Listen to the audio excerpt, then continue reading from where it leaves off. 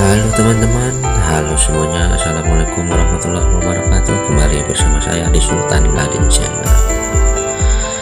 Untuk di video sebelum-sebelumnya, saya selalu mengajak teman-teman untuk melihat tentang aktivitas dunia tambang dan alat berat.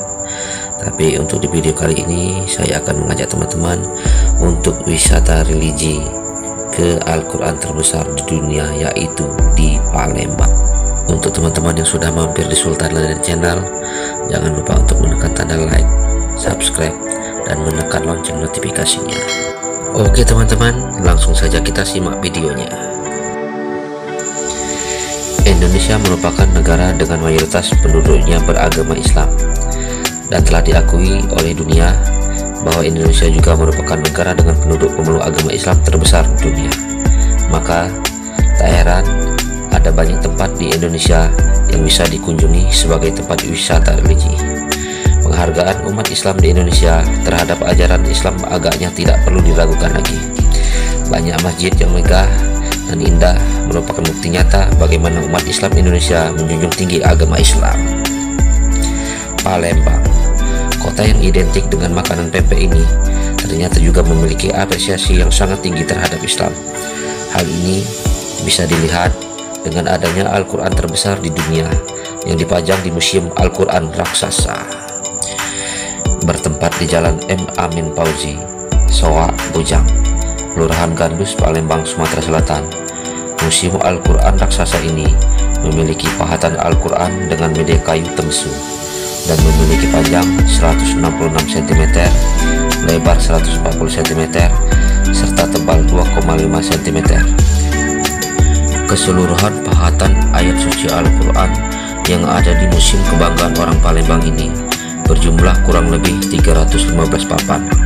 Di kedua sisinya pun diukir dengan ukiran yang cukup rumit. Total halaman yang ada di museum ini adalah 630 halaman, lengkap dengan tajwid serta doa khatam Al-Quran. Kayu tembusu yang digunakan diberi warna coklat, dan pahatan ayat Al-Quran menggunakan tinta berwarna emas. Al-Quran Raksasa ini merupakan hasil karya anak bangsa bernama Sob Watilah Moh Zahib, atau yang biasa dipanggil Opat. Ia merupakan pemuda yang memiliki minat besar terhadap seni kaligrafi. Pembuatan Al-Quran Raksasa ini awalnya berasal dari mimpi Opat setelah ia kelelahan mengukir kaligrafi ornamen bagian pintu Masjid Agung Palembang. Dalam mimpinya ada isyarat kepada Opat untuk membuat Al-Quran terbesar di dunia. Maka dimulailah ia mempertimbangkan dan merencanakan pembuatan Al-Quran ini. Surat awal yang ia tuliskan di atas papan kayu tembusu adalah surat Al-Fatihah, yang kemudian dipamerkan di Masjid Agung Palembang dengan harapan mendapat donatur yang mau mendukung keinginannya membuat mahakarya luar biasa ini. Dimulai dengan dipamerkannya di bazar peringatan Tahun Baru Islam pada 1 Muharram 1423 atau 15 Maret 2002. Pembuatan keseluruhan Al-Quran Raksasa ini melibatkan 35 orang dengan pembagian tugas, 5 orang bertugas sebagai pengukir dan 30 orang lainnya sebagai pemahat dan pemotong kayu.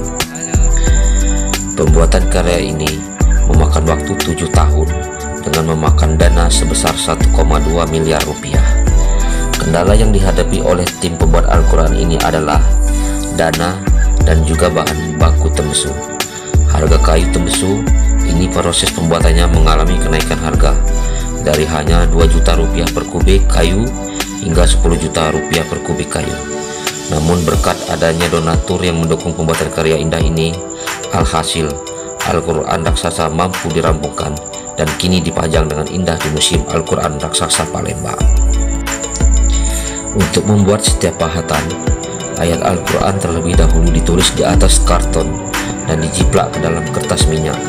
Tim koreksi pun memiliki andil untuk memperhatikan dan mengecek apakah tulisan yang sudah dijiplak sudah betul atau belum. Kemudian, jika sudah betul, maka tim pemahat akan mulai untuk memahat di atas papan. Setelah semuanya selesai, maka finishing dan pewarnaan pun dilakukan. Hasilnya pun luar biasa apik dan sedap dipandang.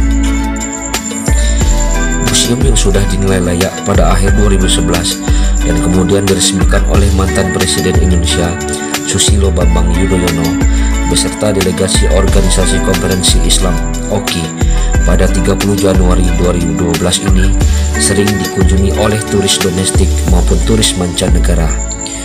Di lokasi museum ini pun juga terdapat cenderamata yang bisa dibeli dengan harga yang cukup bersahabat.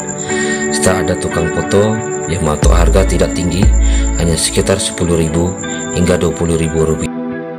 Oke teman-teman, demikian video dari saya, semoga bermanfaat.